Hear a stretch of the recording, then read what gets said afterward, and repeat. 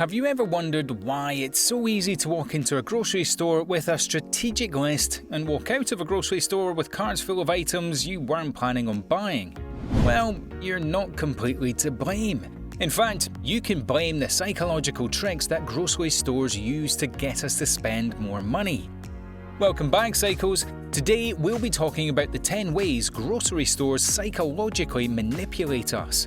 Don't forget to like and subscribe to our channel, as well as click the notification bell so that you never miss a video. Number 1. Grouping food items that go together. Running into the grocery store for a bag of tortilla chips? Don't be surprised if you walk out with a jar of salsa in the other hand. Grocery stores will strategically place food items that go together to not only increase the odds of you placing more than one thing in your cart, but to also save you from comparing prices to the cheaper brands that they offer. Sure, it's convenient for us, but if you really wanted that salsa, you would have made the trip down the jarred food aisle to compare instead of impulse buying the brand name jar suggested to you. Take a look next time you're shopping and pay attention to this tactic. Number 2. Riddling sale prices. We all love a good 2-for-1 deal, even if it's on a product you would never buy otherwise. But most of the time, the deal isn't as worth it as they've planned it out to be. Retailers love using enticing words like free and sale because they know everyone is going to look for a bargain.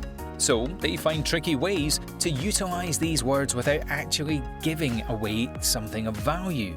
Now, it's not to say that sometimes these deals really aren't saving you money, but will you really need those 3 tubes of yogurt before they spoil?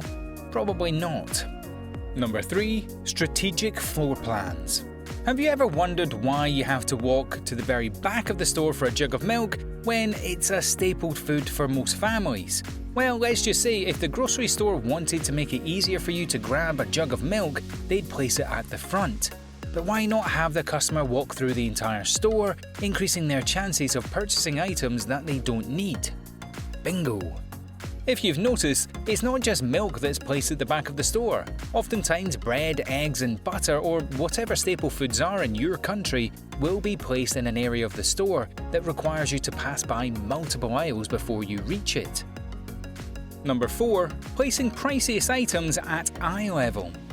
Not only are the grocery store's floor plans strategically designed for you to spend more money, but the shelf setup is also premeditated. Grocery stores are a business and their main job is to sell other businesses' items, so you can imagine that the brands who are most popular would get the prime shelf real estate, front and center. These items are placed at eye level because the grocery store will make more money off of these more expensive items in comparison to the non-name brands. The kicker for us is that this means we're more inclined to buy the pricier options just because we didn't look at the brands on the shelf above and below, who probably offer the same quality of food but for a fraction of the price. Number 5. The impulse buy shelves at checkout. The checkout items. Chocolate bars, bubble gums, magazines and lottery tickets. But think first, the cashier's almost done scanning. You didn't even want that chocolate bar until you saw them there. And look, they're even on for a buy 2 get 1 free. Looks like you're walking away with 3 chocolate bars now. The concept of impulse buying is exactly what grocery stores have implemented at the checkout aisles. With limited time to make a decision and easy to grab enjoyment, it's a no-brainer for people to fall into. And once again, these impulse buy shelves are prime shelf real estate. You can bet you will only be presented with the most expensive brands of chocolate to choose from. Number 6. Conveniently placed baskets. How many times have you underestimated your "I don't need a cart or a basket" mindset? You go into the store thinking, okay, all I'm getting is bread and milk. And then 5 minutes later, your hands are full and you still haven't gotten your bread and milk. Not to worry, grocery stores have thought about this, and the worst case scenario for them is you choosing not to buy more items because you didn't have enough in your hands to hold it all. So you'll probably come across a stack or 2 of shopping baskets conveniently placed in areas where people realize, I think I might need a bigger basket. Number 7. Huge shopping carts. Okay, so convenient baskets are great for the quick running customers who are only there for a few things, but what about when these customers come in for a grand grocery shopping? Don't worry, they won't run out of room in their shopping carts because grocery stores just keep making the carts bigger. Anything to get you to spend more money. Not only that, but newer shopping carts are now coming equipped with cup holders.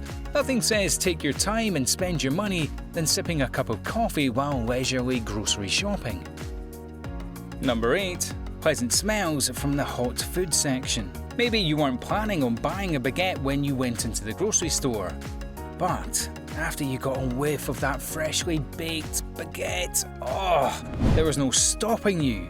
It's not a complete lack of willpower on your part, it's psychological hacking of your senses.